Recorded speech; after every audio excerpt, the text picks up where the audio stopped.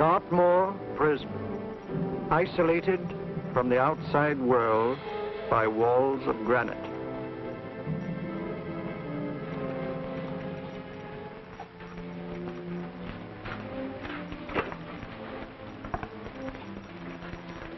They say you could get out of here by merely telling what you know. You may or may not be another Scotland Yard bloke. But I'll give you the same answer I gave the others. I still have 2 years, 8 months, and 6 days left in which to make musical boxes. That'll be sold at auction for the benefit of this delightful sanctuary. And I intend to serve them.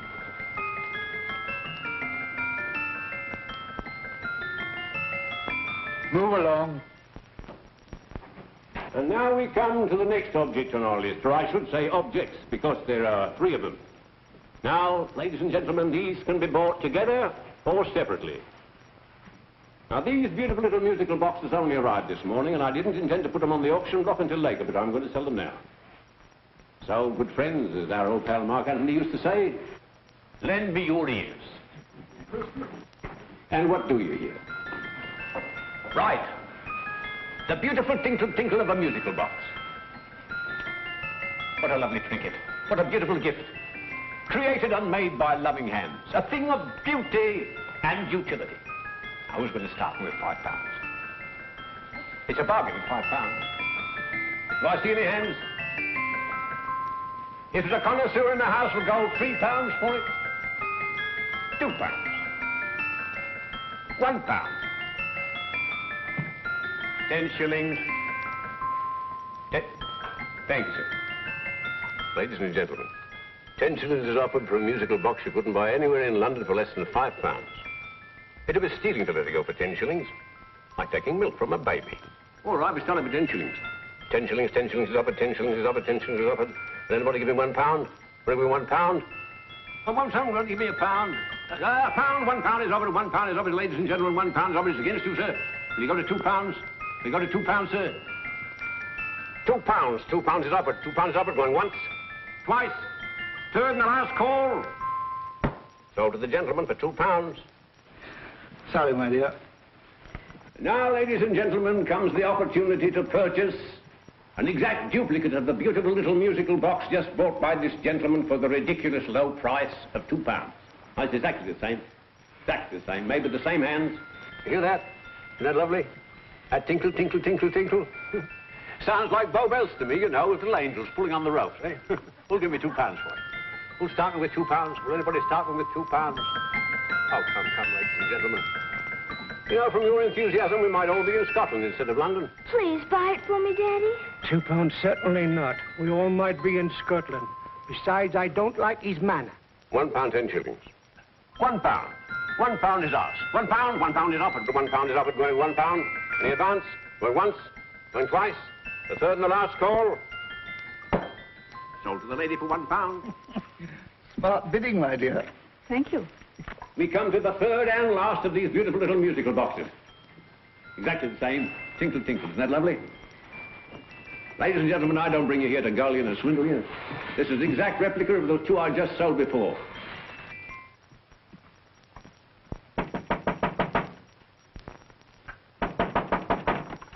We're closed. But this is extremely important. Come in, sir, come in. I'm sorry to disturb you, but I was unfortunately delayed from arriving in time to bid on certain articles which I was rather anxious to obtain. Or perhaps they weren't sold, sir. We are carrying several things over. What might the articles be, sir? 3 identical musical boxes, about so large. Oh, I'm sorry, sir, but they were sold. Pity you weren't here to bid on them. They didn't bring anything like the real value. I'm most anxious to obtain them. I wonder if your records would show who the purchasers were. Oh, we don't usually give out that information, sir. For certain, shall we say, sentimental reasons, I'm most anxious to get in touch with the purchasers. I'd be willing to pay, shall we say, £5. Well, for certain sentimental reasons, sir, we'd be very happy to oblige. Alfred, today's sale. The 3 musical boxes. Musical boxes, oh. Ah, here we are. The first purchase for £2 from Mr. Julian Emery, 52 Portman Square. Write this address down, Alfred. Yes, sir. Second didn't leave any name.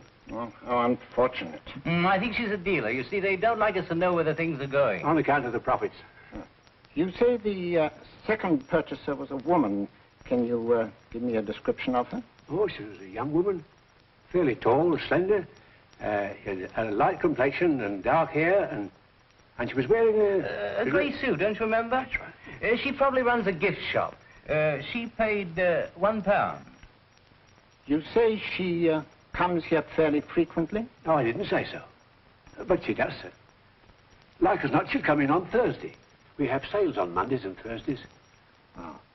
And the third box? The third? Mr. William Kilgore, 143B Hampton Way. For 10 shillings. Quite a drop from £2. Mr. Kilgore was a Scotchman. Oh. Thank you. You've been most helpful. Oh, thank you, sir. And any time you're passing, dropping, we always have lovely things for sale. Our card, sir? Thank you. I'll be back Thursday.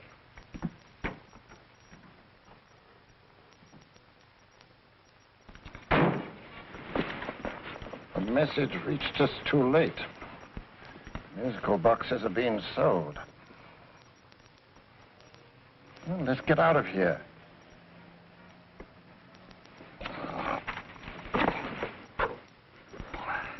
Someday you'll go too far. Reaching for a star, you fool. Yet a fool may touch a star, Colonel Cavanaugh, if he but reach high enough. But not possess it as you would. The musical boxes, they're being sold. What a pity for you, my dear Colonel. Is it my fault that the message reached us only an hour ago? Is it my fault that they were sold? You can't hold me responsible for that. Hope for your sake you're right.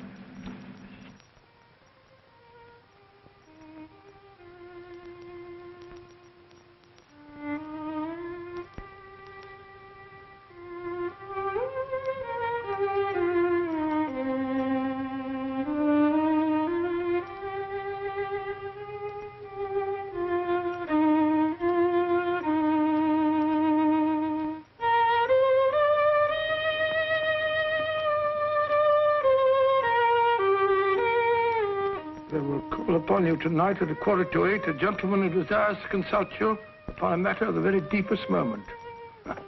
Remember that letter, Holmes? It was written over 2 years ago. An interesting case, devilishly interesting. Irene Adler. What a striking-looking woman from the brief glance I had of her. Seems only yesterday. What charm. What poise, and what a mind. Sharp enough and brilliant enough to outwit the great Sherlock Holmes himself. I take it the new issue of the Strand magazine is out, containing another of your slightly lurid tales. Indeed. What do you call this one? I call it A Scandal in Bohemia. Not a bad title, eh? If you must record my exploits, I do wish you'd put less emphasis on the melodramatic and more on the intellectual issues involved. What do you mean by that? Well, I do hope you've given the woman a soul. She had one, you know. By the woman, I suppose you mean Irene Adler. Yes. I shall always remember her as the woman.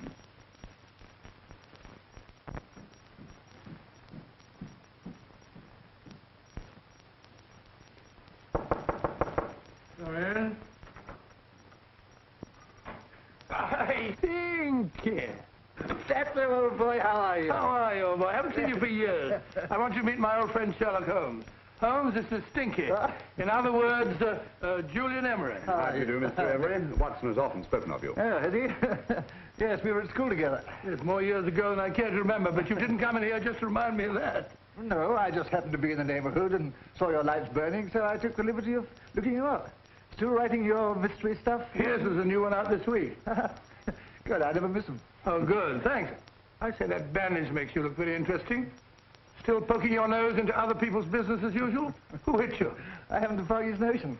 Somebody knocked me on the head in my own living room, and then proceeded to commit the most idiotic burglary you ever heard of. Fellow must have been balmy as a coot. Balmy? Why? Come sit down, old boy. Would you You like a cup of tea? Huh? Oh, all right. I'll go and tell Mrs. Hudson about it.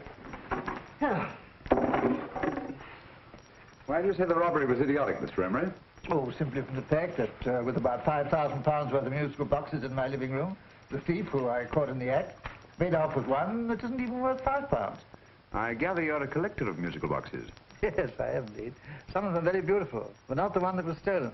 The thief evidently grabbed the first thing that came to his hand when he heard me coming into the room. Still, it's rather odd, isn't it, that having disposed of you, he didn't pick up something more valuable.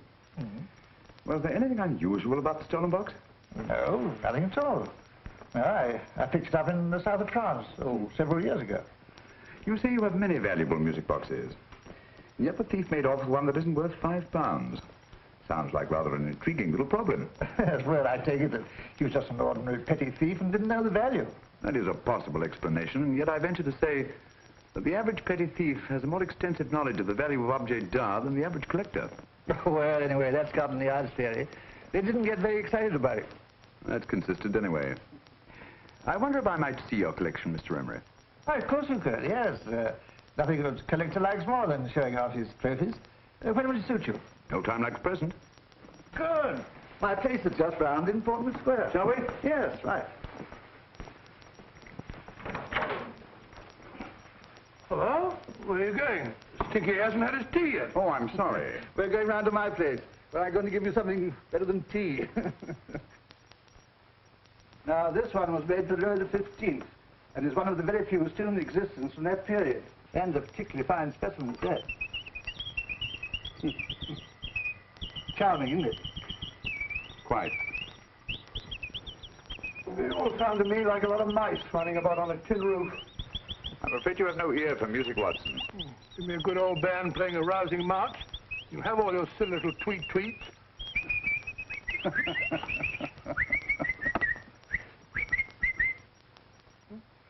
No room.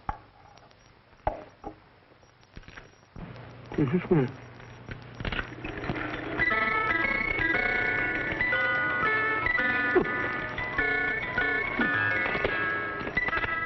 Stupid thing. Singing rabbit. What would you say offhand is the value of a box like that, Mr. Emery? Well, it's hard to say offhand, but I think we'll bring about £500 or £600 today. It's the gem of my collection. Yet a thief who steals an oddity like a musical box passes up one worth £500 for one of almost no value at all. Odd. Very odd. What was a stolen box like, Mr. Emery? Oh, just a plain wooden box about so big. As a matter of fact, I have one over here almost exactly like it. I picked this up yesterday at an auction room in Knightsbridge. Paid only £2 for it. Of course, I wouldn't in the ordinary way add one like this to my collection, but the tune intrigued me. I'd never heard it before.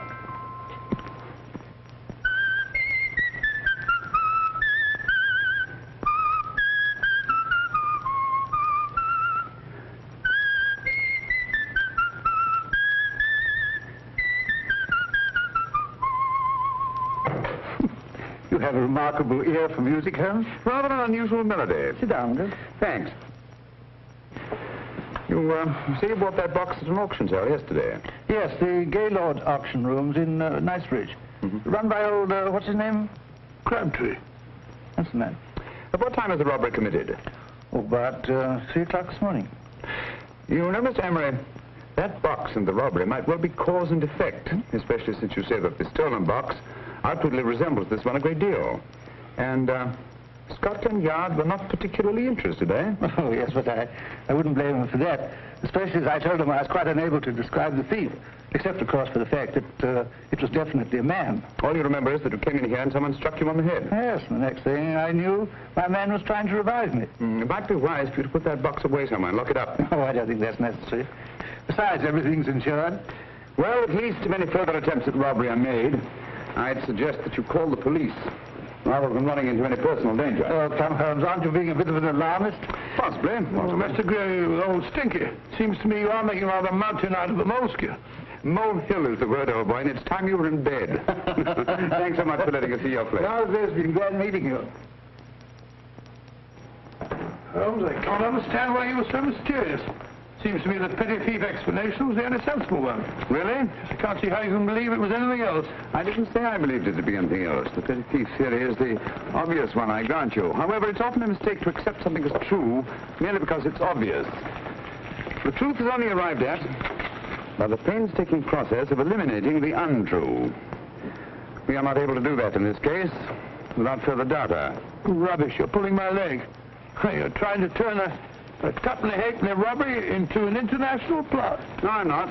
I just hope that your friend Stinky is a little more cautious in the future. Just in case.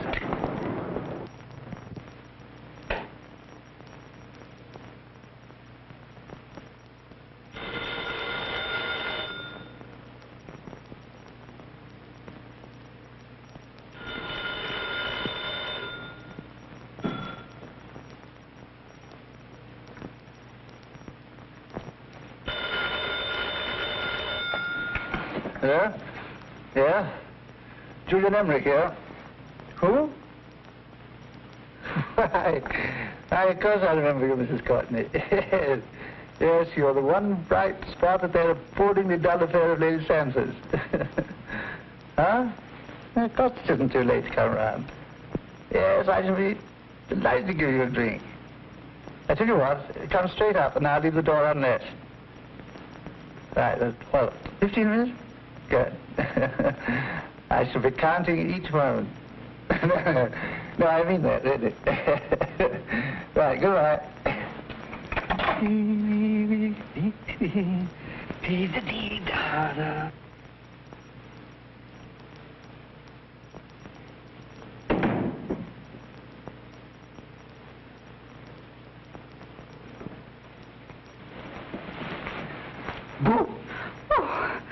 You startled me. Did I? Yes.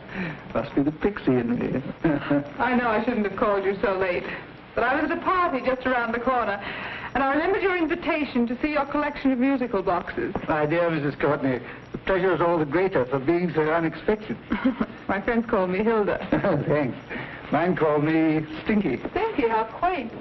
Oh, what a perfectly wonderful collection of musical boxes. You know, when you told me you had a collection, I had no idea it was so attractive. Yes. They appeal to the ear as well as to the eye. Oh, what a plain little one. Why, it looks just like a country cousin amid all this grandeur. No. You mustn't underestimate the country cousin. Only last night a burglar broke in here, and with all these to choose from, went off with one very much like it. Really? Yes, I don't mind the loss of the box so much, but I do resent this crack on the skull. But it makes you look so interesting. Oh, do you think so? It's funny, that's what old Fatso said. Fatso? I mean, Dr. Watson. He was here this evening with a friend, Mr. Holmes. He's interested in my collection, too. Sherlock Holmes? Yes. Do you know him? I've heard of him. Yes, he seems to think I'm in some sort of danger. What a haunting tune. It takes me right back to my childhood. Really? Do you know, it's odd that you should be interested in that particular musical box. Odd? Why? Because Mr. Holmes is also interested in it. You may have been more interested in the tune than in the box. My dear, yes, that's right. I remember now. He whistled it note for note, having heard it only once. Really? He must be a remarkable man. Bit of an alarmist, if you ask me. Don't you believe in warnings? Of course not. Who'd want a box like that? I would. You're not serious. Oh, but I am. Well, you put me in a very awkward position. I'm a collector, you know. And the collector buys but never sells. But if the price were high enough... The price has nothing to do with it. It's the principle of the thing.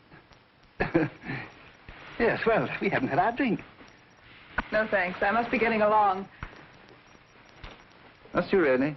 I'm afraid so. You're not walking out on me, are you? My reputation. Stinky. I say, you know, you are an attractive woman. Thanks.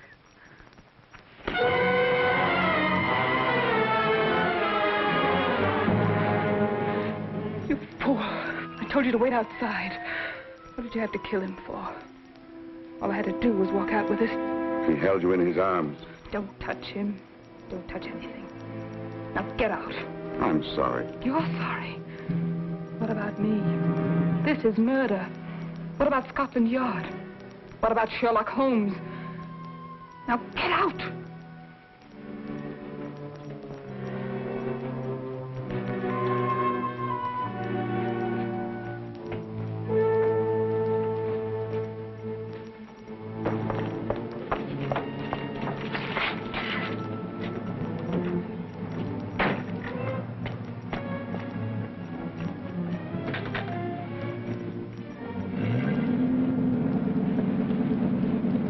Did you get it? Good. Did you have any trouble with him? Just a matter of murder. Ah, Mr. Holmes. Hopkins. Thanks for coming so promptly. Inspector Lestrade suggested that I call through to you. Mr. Emery was the client of Mr. Holmes, Inspector. Indeed. You didn't mention that when I telephoned you, Mr. Holmes. Well, not exactly a client, Inspector. Sergeant Thompson? He was killed between the hours of 11 and 2 o'clock this morning, Mr. Holmes. Must have been someone he knew, someone of whom he had no suspicion. Poor old Stinky. It's all my fault. I should have prevented this. Well, it's no time to start talking about that now, Doctor. Apparently it's gone. That's the second attempt on the musical box that Emery bought at the auction sale. And this time it was successful. But that box was only worth £2. It was worth a man's life, Watson. I think we'd better pay a visit to Gaylord's auction room and that fellow Crabtree. Inspector, may I suggest that you make a complete search of this flat for a small, plain, musical box about that size? Thank you. Come on, Watson. You say the first box went to Mr. Julian Emery. The second to Mr. Kilgore, 143B Hampton Way. And the third to the unidentified young lady who presumably has a shop and lives near Golders Green. That's right, Mr. Holmes. Isn't it rather strange, Mr. Crabtree, that you should have had 3 identical musical boxes all playing the same tune? Where'd they come from? Dartmoor prison. Dartmoor? Yeah, we get a regular shipment from there every month. The inmates manufacture them. Well, they make all kinds of things, you know, pipe racks, waste paper baskets, musical boxes. Did you happen to notice if anyone showed any particular interest during the auction in the purchasers of these 3 boxes? Oh, come now, Mr. Crabtree. This is very literally a matter of life and death. Well, since you put it that way, Mr. Holmes, there was a gentleman came in here about an hour after closing time, and he was in an awful state, he was. He gave me £5 to tell him where the boxes had gone to. He said they had a sentimental value for him, sir. Expensive sentiment. Can you describe him? He was tall, distinguished looking, and he had grey hair and a moustache. He was quite a gentleman, sir. What was his reaction when you were unable to supply him with the address of the young lady who owned the shop? I told him the young lady usually come back on Thursday. He said he'd come back on Thursday. Now, that's tomorrow. Thank you, Mr. Crabtree. You've been very helpful. Thank you. Come along, Watson. Where are we going now, Holmes? To the home of Mr. Kilgore, the man who bought the 3rd box.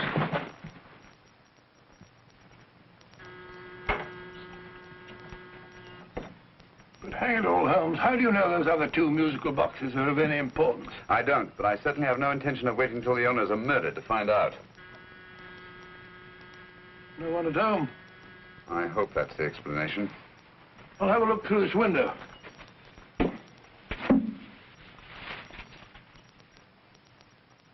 Doesn't seem to be anyone there.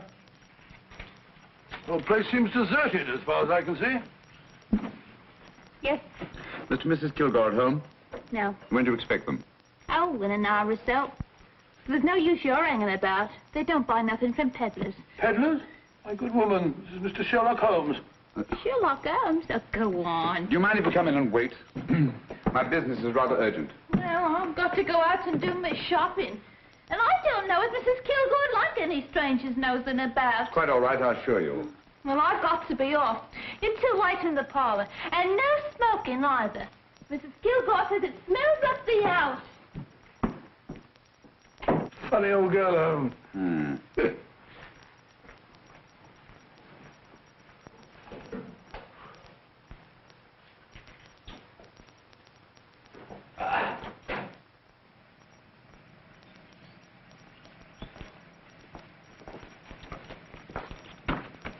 Park Lane. Park Lane? And what would the likes of you be doing in Park Lane? Now, don't worry about the fare, Ducky. If you know how to get to Park Lane, up it.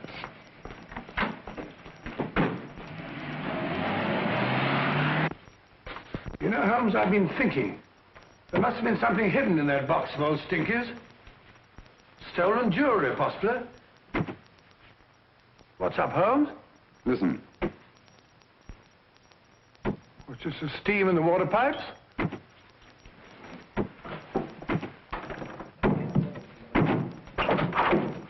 Watson!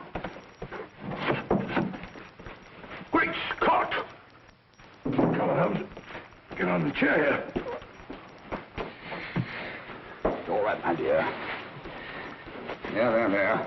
Now, don't worry. It's all over. There you are, dear. Don't cry anymore. She tied me up and shut me in the cupboard. I know. She won't come back. Did you show her your new musical box? Yes, she said she wanted to hear it play, and as soon as I showed it to her, she grabbed hold of me. I know. Now, don't worry. We'll buy you a new musical box. Yes, my dear, the best one in London. Watson. Oh, what a fool I've been. What do you mean, Holmes? She took the musical box out of this house in that market basket, right under our very noses. Why could the Kilgore charwoman want to take the music box? She isn't the Kilgore charwoman. She's a consummate actress. An extremely clever, unscrupulous woman who will stop at nothing. Take care of the child, will you, Wolfella, until our parents get back. Explain everything to them. Of course I will. But, Holmes, where are you going? Somewhere, somehow. I must get to the young lady who bought that third musical box before our opponents find out. I only hope that I won't be too late. Oh, no. No, darling, you mustn't cry anymore. Now, cheer up. Would you like to hear old Uncle make a noise like a duck?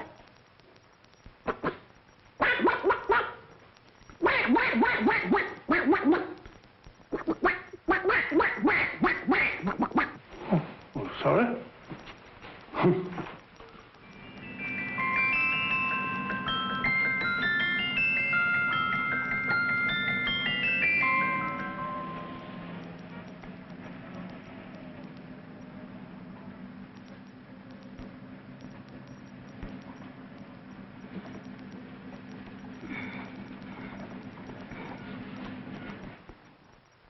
Now, ladies and gentlemen, how much am I offered for this beautiful lace Dresden china figurine?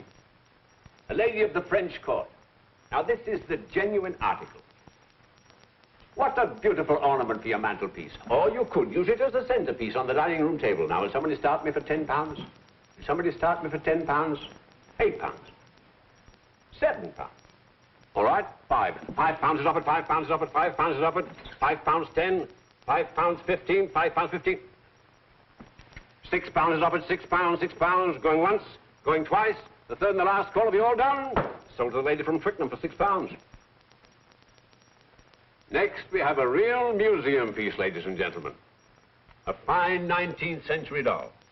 A costume and exact replica of the holiday clothes worn by the Hungarian peasant women. Now, ladies and gentlemen, an article like this would cost you from £15 to £20 in a West End shop. I'm not going to ask you for anything like that. Who'll give me £2 for it? £2. Anybody offer me £2? £2 for the Hungarian? £2? £1. What? Anybody give me £1? Anybody offer me £1 for the doll? £1 is offered, ladies and gentlemen. £1 is offered. Now, I'm not going to waste your valuable time or mine in trying to get one half of what this beautiful doll is worth. If the young lady can steal it for £1, that's her good fortune. So it's going once, it's going twice, the third and last call. Any more? Sold to the young lady for £1. And now, ladies and gentlemen, may I draw your attention to something which may be a great surprise to you, worthy of any collection. The only other one like it is in the British Museum. It's a Ming vase of the 7th dynasty. This vase lay in a large collection somewhere outside Rome for over 2 centuries, I understand. It was discovered there by the noted antiquarian, Sir Andrew Coppleston. Now, some of you may remember Sir Andrew Coppleston. Besides being a noted traveller and antiquarian, he's also a gentleman rider.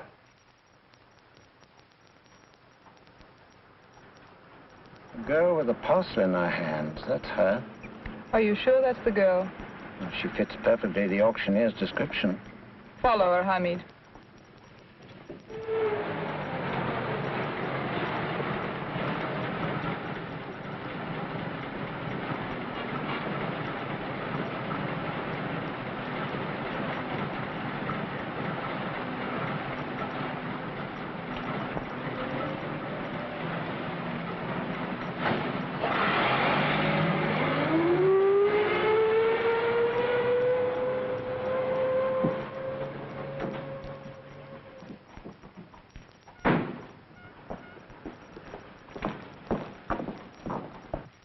Lovely, dear. And only £1. We can get at least 3 for it. Easily. I'll go make some tea. I could do with a cup. Right.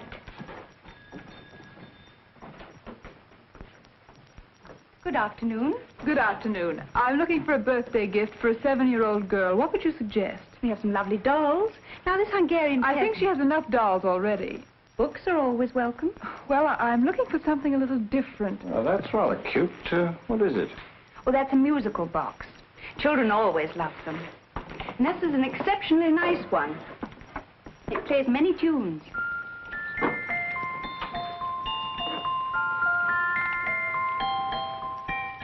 Have you any others? Yes.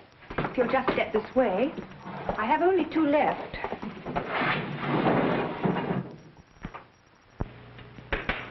Oh, nice.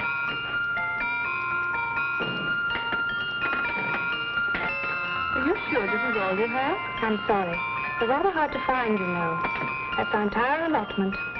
I did have one other, but I sold it earlier this afternoon. But it was only a plain wooden one. It wouldn't have been a very nice gift for a child. Really? Do you happen to know who the purchaser was? Why, yes. He left his card, just in case anyone should inquire for him.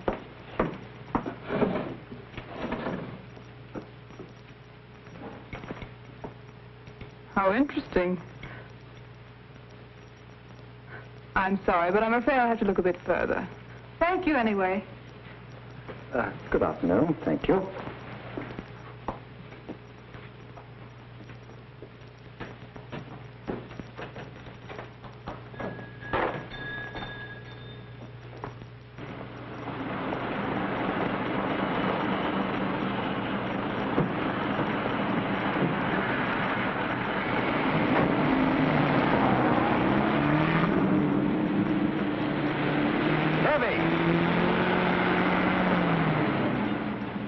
Follow that cab. Here, now, what? Scotland Yard. Hop in.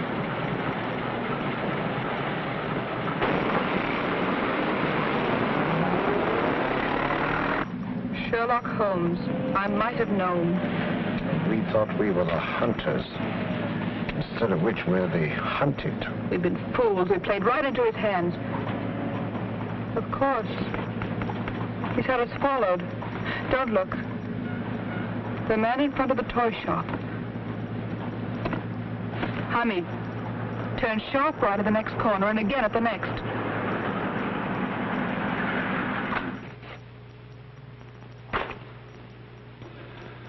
No photograph of her, Commissioner, as I expected. She's not a known criminal. But how do you expect to know if you do find her? After all, she was disguised as a charwoman. Don't worry, old fellow. If I ever see her again, I'll recognize her. Well, it won't be long till we know who they are and from where they operate. Who's covering them? Sergeant Thompson's following them, sir. They won't get away from him. He's a good man. We could have arrested them at Clifford's toy shop if we had any proof. But we know that they killed Emery.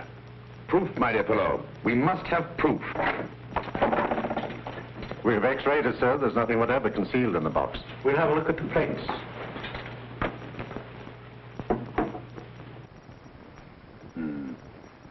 There must be some clue. And it's probably so obvious that we've all overlooked it. Seems to me we're up against a bunch of lunatics.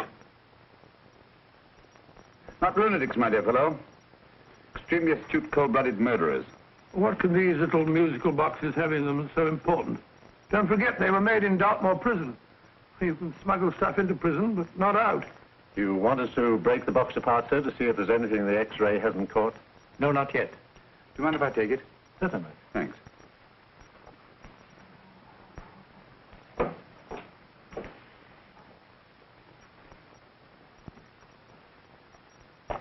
The governor of Dartmoor prison informed us, sir, in answer to Mr. Holmes' question, that all 3 musical boxes were made by the same convict, John Davidson, serving a 7-year term, sir. Davidson? The Bank of England plate. That'll be all. Yes, sir.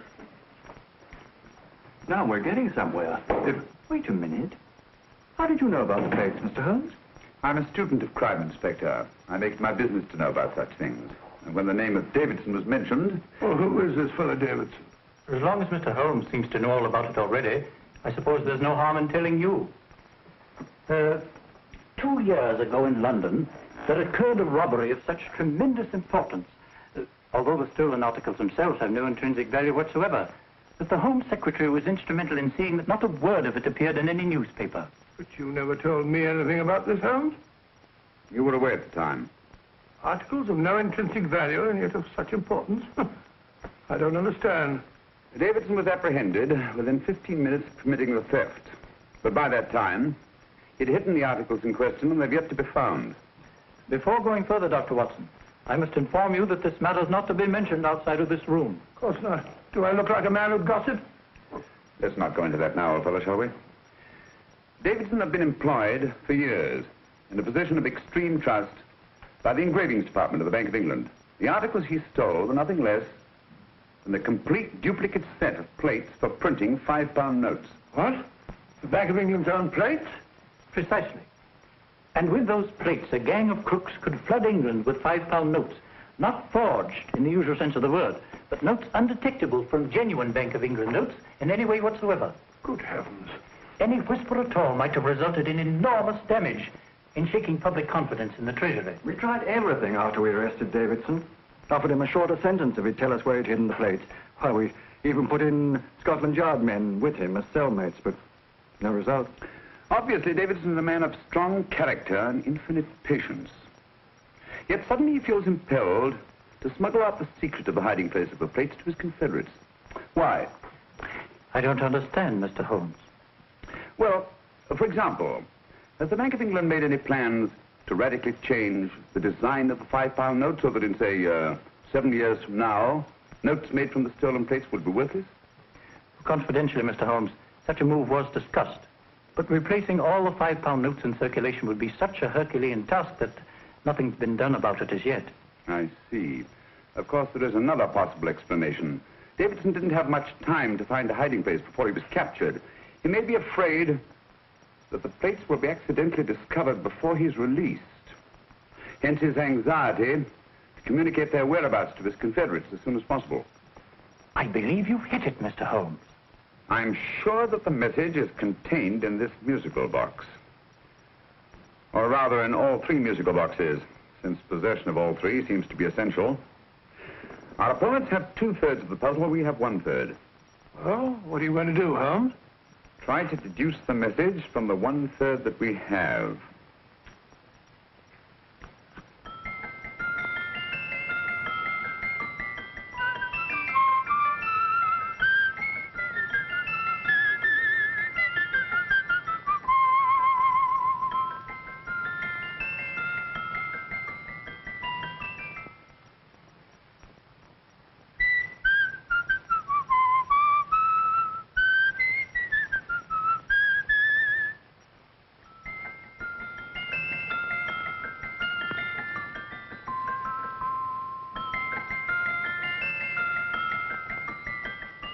It's the same tune as the one played by Emery's musical box.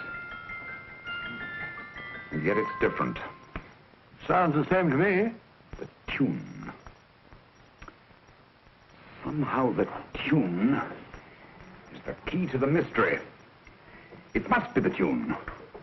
Otherwise, why use 3 musical boxes to convey the message? Why not collar boxes or shoe boxes? Yes? Oh. It's for you, Inspector. Oh, thank you, sir. Inspector Hopkins speaking. What? Where? Golders Green Station reports they've just found Sergeant Thompson's body. From the tire marks on his clothes, he was apparently run over by a taxi. What an unfortunate accident. Not an accident, my dear fellow. I'm afraid it's murder. You never know just who you're going to meet when you're walking down a busy London street. Mrs. Orchid, Mrs. Brown, any subject of the crowd. Oh, you never know just who you're going to meet. So you better hold your topper in your hand, just in case you meet a lady on the Strand. Girls will think you're kind of sweet, and your day will be complete. Oh, you never know just who you're going to meet. Now, a gentleman is judged by his appearance. Yes, a gentleman is judged by how he talks. Now, he's much better off when he's acting like a top, especially if he's taking him a walk. What on earth is this outlandish place? A rendezvous for actors. Actors? Buskers, old boy. You've seen them 1,000 times. Actors who entertain the queues, waiting outside theaters. You're gonna meet when you're walking down a busy London street. So you better wear your best, cover tight to look your best, 'cause you never know who you're gonna meet. Oh, you better keep your manners right in view. Just in case the lie you give the how you do. Keep your trousers in a pleat, shine your shoes and keep them neat, 'cause you never know just who you're gonna be. Blimey. Mr. Holmes. How are you, Joe? Never met him. And yourself? Fine, thank you. I want you to meet a friend of mine, Dr. Watson, Joe's sister. Oh, well, any friend of Mr. Holmes is a friend of mine. Hi, Joe. He did me a good turn once that I'll never forget. Yes, I cleared Joe of a most unpleasant charge. Murder, no less. Oh, really? By proving to the satisfaction of the police that he was busy at the time blowing open someone's safe. That's right, Governor. Good gracious me. Joe, now you can help me. Come on, buzz off, buzz off. Come on, up it, up it. Can't a gentleman have some peace and quiet around here? And you too. There you are, Mr. Holmes. Now we can have some peace and quiet around here. Thank you, Joe. There's £5 in this for you. Well, I wouldn't want to take it on myself, sir. But I can get somebody to do it for you for half of that. You don't know what the job is yet. For £5? Murder, ain't it? What? No, Joe, not murder, just music. I want you to identify a song for me. Oh, there ain't a song that's been written that I don't know. That's why I came to you. Of course, the violin is more my instrument, but, oh, well, here we go. Now listen to this, Joe.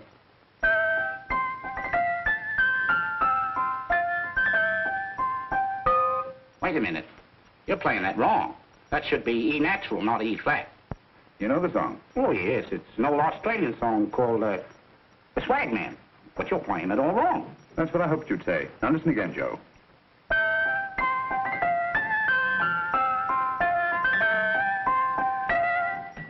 That's the same tune, all right. But you're making different mistakes than you did the first time. No, not mistakes, Joe. Call them variations. Here, play the song for me, will you, the way it's written.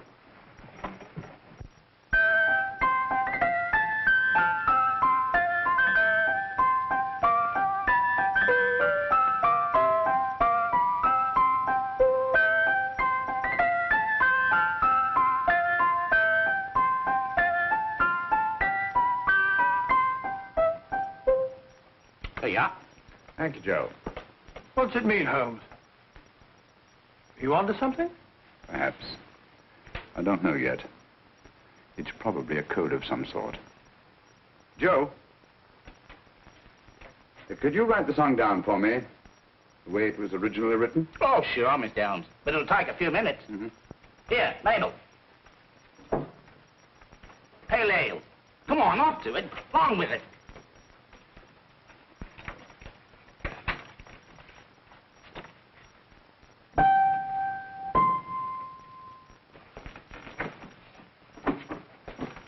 Well, obviously it isn't the lyrics. No combination of those words made any sense at all. The variations in the way Emery's musical box played the tune are different from the variations in the one we have. You sure? Quite. You see, I took the trouble to memorize the tune as played by Emery's box that night we were with him in his flat. Holmes, you amaze me. Elementary, my dear fellow. One of the first principles in solving crime is never to disregard anything, no matter how trivial. Why are there 3 boxes? Why not 1? Because the message was obviously too long to be conveyed by any one variation. Then there's the 3rd box, the one that woman took from the Kilgores. That contains yet another set of variations. Yes, well, it's all beyond me. Well, all we have to do now is to find the secret of the variations. Not a very easy problem to solve, my dear fellow.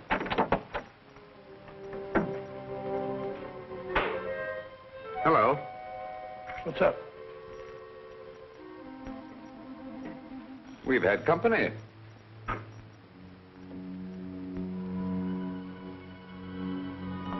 say, this is outrageous. Ask Mrs. Hudson to come in here, will you? Right.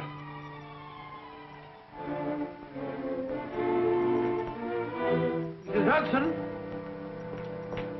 Yes? Oh, there you are. Will you come up here at once, please? Oh, coming, sir.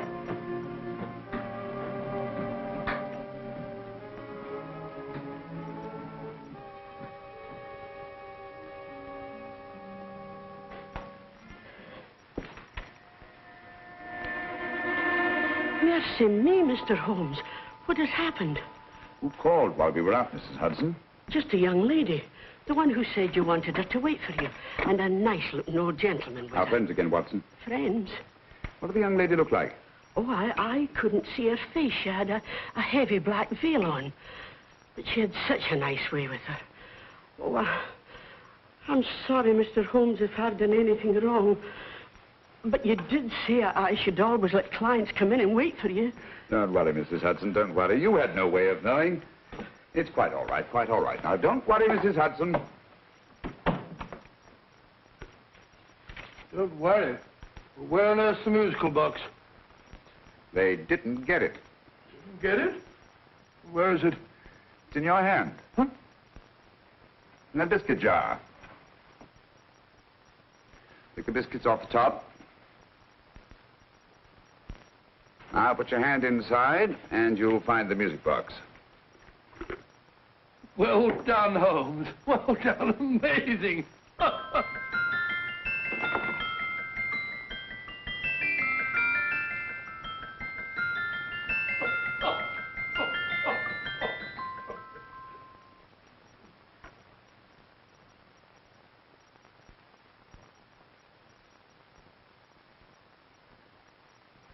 Whew.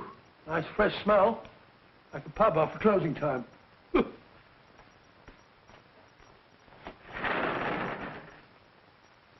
I say, Holmes. What? It's morning. Allow me to congratulate you on a brilliant bit of deduction.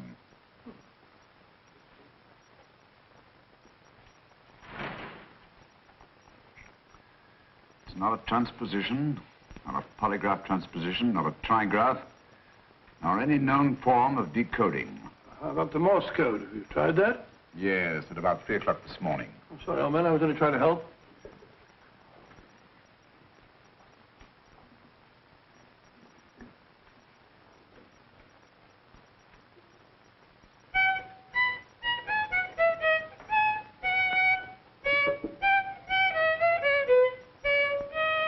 Do me a favor. Not again. Must have heard that thing 1,000 times. Kept me awake all night.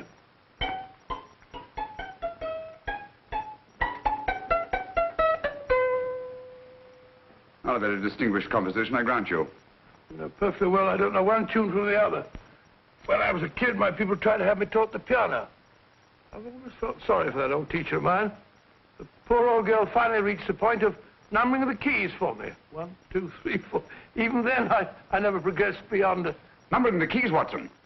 The 19th key of the keyboard is the 19th letter of the alphabet. S. Here. I'll sit down when I give it to you, old fellow, will you? First altered note. Write S first. Now, the 8th key is H. The 5th key, E. The 12th key, L. The 6th key, F. S-H-E-L-F. Shelf.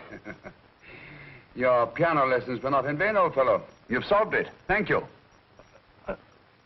Thanks, old bean. Old Liz.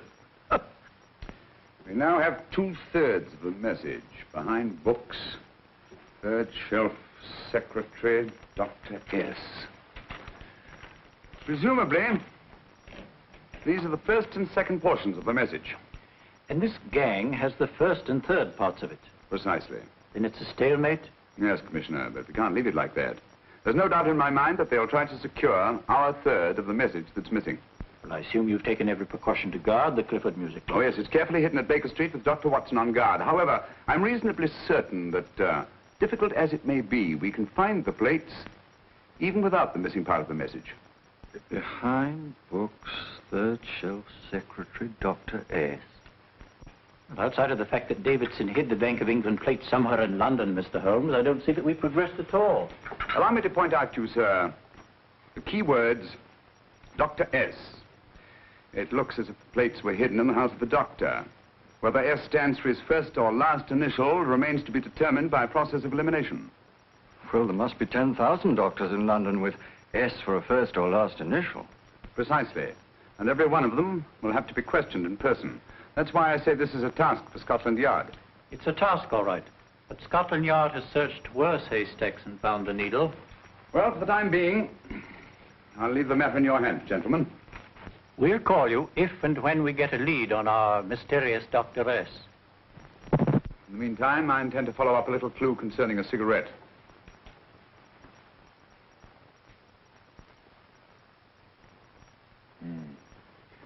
You're certain of the identification of the tobacco? Absolutely. I have made up this special blend for only 3 customers. It is almost pure Egyptian, with admixture of latakia for added body, and a pinch of perique. Merely a whisper, as one might say, for elusive fragrance. Yes. And the 3 customers? Major Wilson in Bombay, India. Mrs. Catherine Leamington Smith in Ireland. Yes, and the 3rd? Mrs. Hilda Courtney of Park Mansions, Bryanston Square. Thank you. Thank you very much. You've been most helpful. It is a pleasure to have been of service, Mr. Holmes.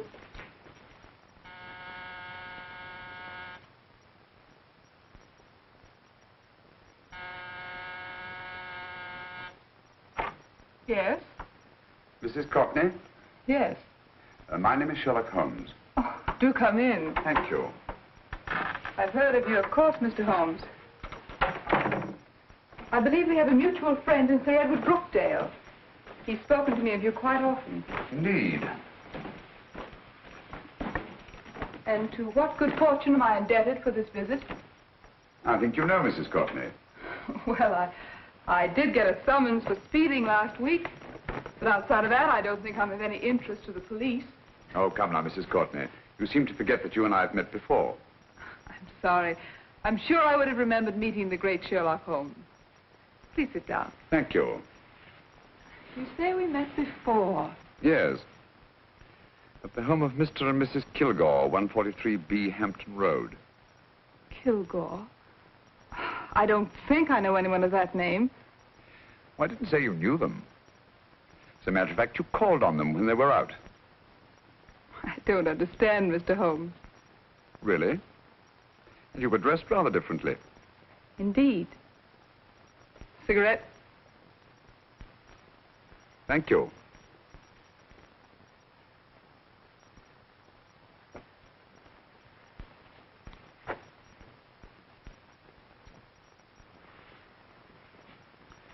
Thank you. You know, Mrs. Courtney, people generally forget, in assuming a disguise, that the shape of the ear is an almost infallible means of recognition and identification to the trained eye. Evidently, you've mistaken me for someone else. Oh, no, not at all. Though naturally, I expected your denial. But when you paid your visit to my rooms at Baker Street, you carelessly left behind another identification. They're, identical, aren't they? Yes, I must admit they are. You see, Mr. Holmes, to catch one as clever as you, I had to use a very special lure. I knew you'd be unable to resist the bait of my cigarette, having read with great interest your monograph on the ashes of 140 different varieties of tobacco. I should advise you not to move, Mr. Holmes. I must congratulate you on your ingenuity, Mrs. Courtney. It was indeed a brilliantly designed trap. Thank you, Mr. Holmes. Praise from a master is indeed gratifying. I shall always cherish the memory of your flattering words. Memory? Precisely. I'm afraid these gentlemen have a most regrettable task to perform. Unless, of course, you care to turn over the missing musical box with your pledge to take no action against us in the future. I'm afraid that will be impossible. I thought that would be your answer. Hamid! Careful! Careful. There's no need to be unnecessarily rough with our distinguished guests. You realize, Mr. Holmes, that your demise will not take place here. The corpus delicti, you know. Well, naturally. Shall we go? It's so fearfully awkward having a dead body lying about. Don't you agree, Mr. Holmes? Another dead body shouldn't weigh too heavily on your conscience, Mrs. Courtney.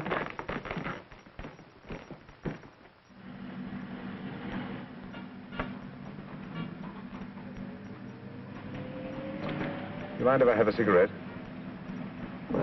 Don't see why not.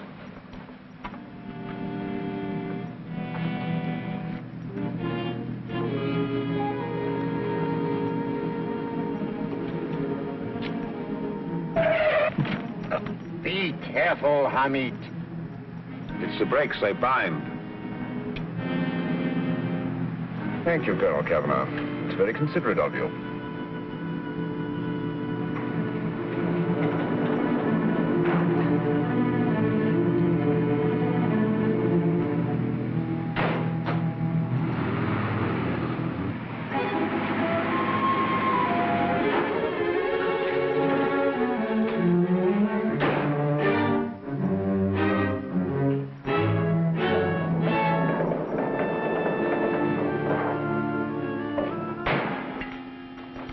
You'll be happy to know, Mr. Holmes, that your death will be a painless one. Hamid, attach this to the motor of the taxi. That little attachment, my dear Mr. Holmes, contains the deadly fluid known as monosulfide. The Germans use it with gratifying results in removing their undesirables.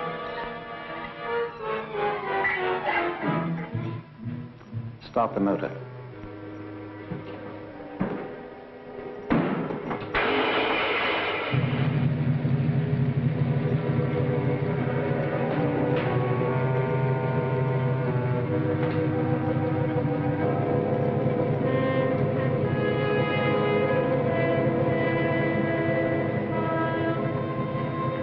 Tape his mouth.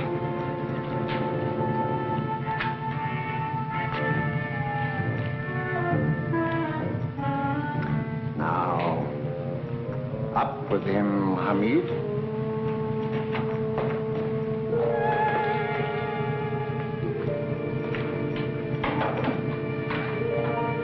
You find yourself like Muhammad's coffin, Mr. Holmes, suspended between heaven and earth. Plenty of fuel in the tank? Good. It would be too bad to have anything go wrong through so simple an oversight.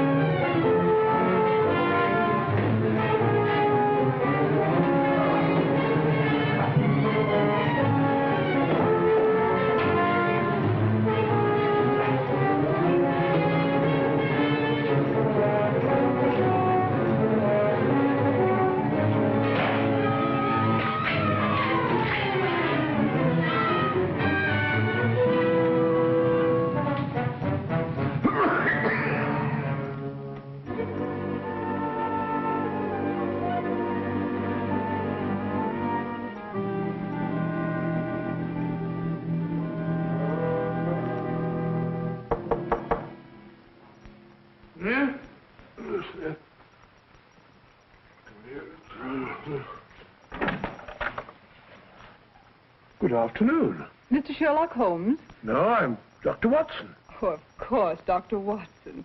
How stupid of me. Oh, so, this is stupid of me. Won't you come in? Well, I really came to see Mr. Holmes. Oh, I'm afraid he's out. I don't know when he'll be back. Perhaps there's something I can do. Won't you sit down? Thank you. You know, Sherlock Holmes and I have been engaged on a great many cases. Oh, really? Yes, indeed. As a matter of fact, this very moment, we're involved in one of the most baffling... Oh, well, won't you tell me your trouble? I may be able to help you. That's very kind of you, Dr. Watson. Perhaps if I wouldn't be imposing too much. Imposing? Oh, there's no imposition. No imposition at all. A pleasure, I assure you. Now, tell me all about it, Miss Williams. Mrs. Williams. I live in Surrey, Dr. Watson, and I've come up to London in sheer desperation. My only sister has disappeared, and the local police seem utterly unable to find her. Well, Holmes and I solved a case exactly like that once. Very interesting as far as I remember. I call it the adventure of the solitary cyclist. Oh, sorry. Now I come to think of it, it wasn't so very similar. Entirely different. I don't think what I was saying. Where were we? She's only 17, Dr. Watson, and until she disappeared last Thursday, she seemed to be in the best of spirits. Well, possibly a romantic entanglement? Oh, no, nothing of the sort.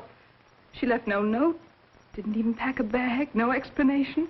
She just started to walk to the village from our house in broad daylight and simply vanished from the face of the earth. Oh, there. Might I have a glass of water? Glass of water. Have one minute.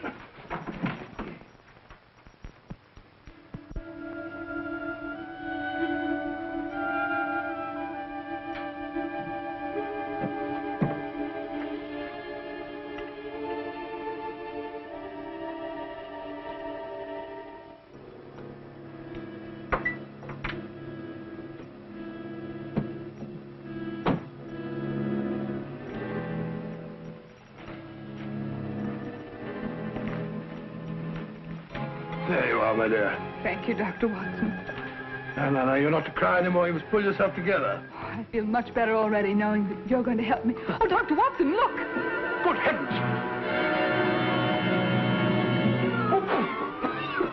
Get through the fire brigade, quickly!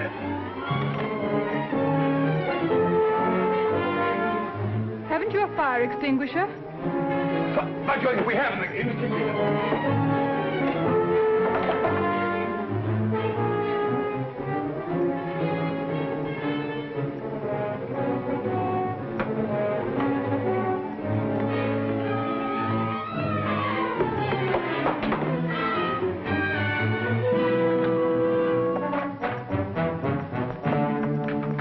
Don't you worry, Miss Williams. We'll have this thing out in no time.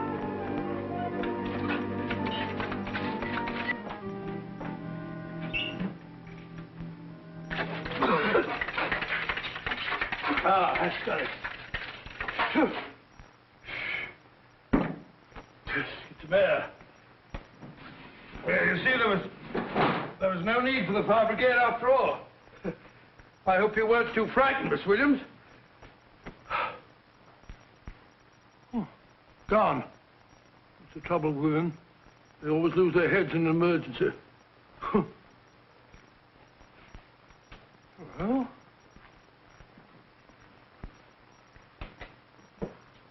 a musical box. Great Scott! Miss Williams!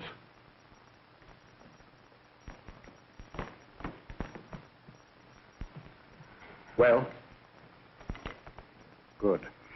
And Holmes? By now, Mr. Holmes has no doubt exchanged his violin for a harp. Always assuming that heaven is his destination. And now that we have the missing musical box.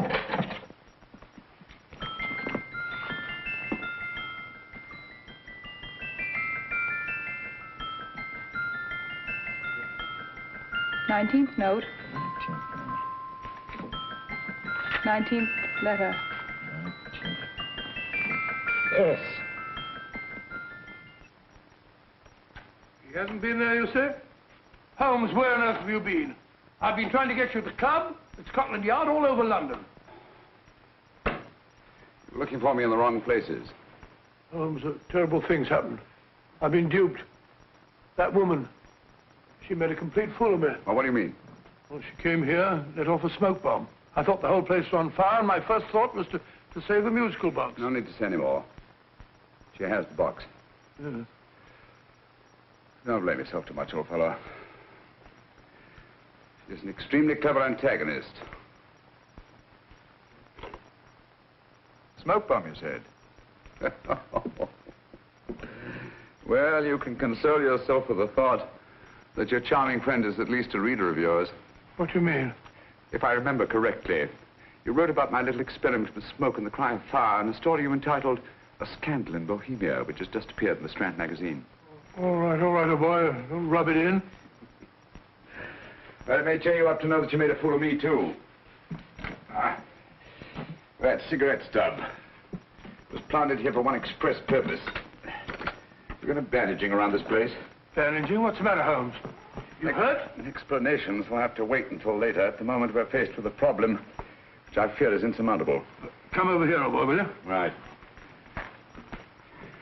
Our opponents are in possession of all three parts of the code. And here are we, while the Bank of England plates pass into their possession.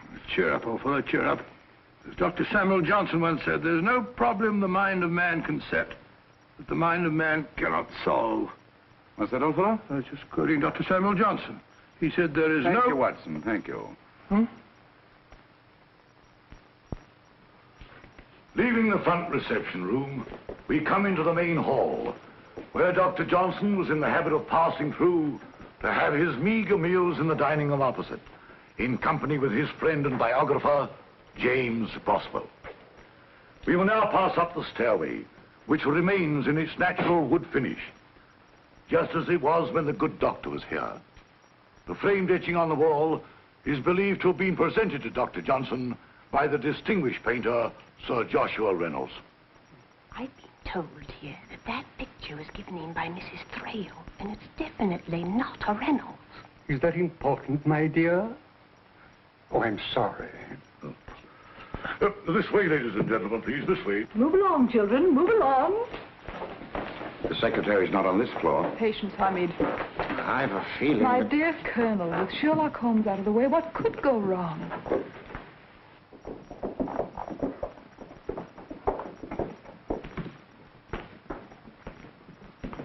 And here we have the Garrett Library, in which Dr. Johnson wrote his famous dictionary, and in which you will see also many of the great man's books and other items of interest. Step forward, ladies and gentlemen, please, step forward. Standing in the corner is the secretary, which contains many of the original works by the literary genius. On this table, Dr. Johnson's cat, Hodge, used to sleep while his master worked. A strange thing about this cat, ladies and gentlemen, was its love of oysters. They do say that the dear doctor often went hungry to find the cat that delicacy. What a pity.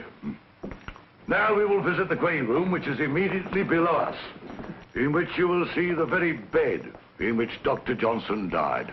What did he die of? Gout. Just gout.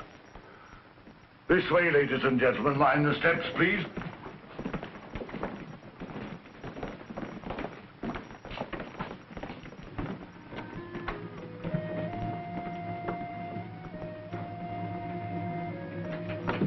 Your keys.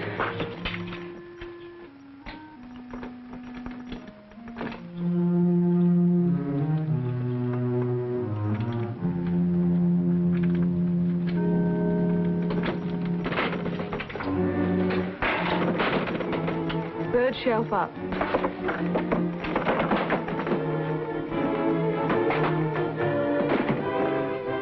The knife.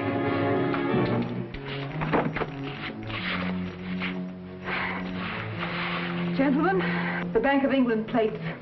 Well, Mrs. Courtney, so we meet again. No, I shouldn't do that if I were you, Colonel Cavanaugh. I must congratulate you, Mr. Holmes. You're far more clever than I thought. Thank you, Mrs. Courtney. Praise from you is indeed gratifying. I shall always cherish the memory of your flattering words. Memory? Oh, thank you. And now I have a most regrettable task to perform.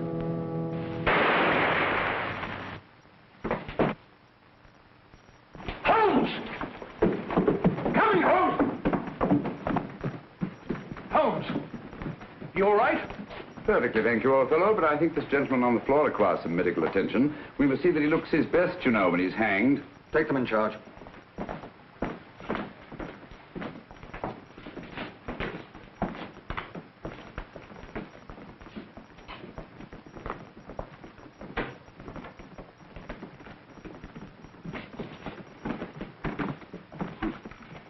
Brilliant antagonist. It's a pity her talents were so misdirected. Will you see that these plates are returned to the Bank of England, Inspector? I still don't understand how you solved it, Mr. Holmes. It's entirely due to Dr. Watson. He gave me the clue when he mentioned Dr. Samuel Johnson. Well, congratulations, Doctor. Oh, thank you, Inspector. I don't think I'd have done it entirely without Mr. Holmes's help, you know.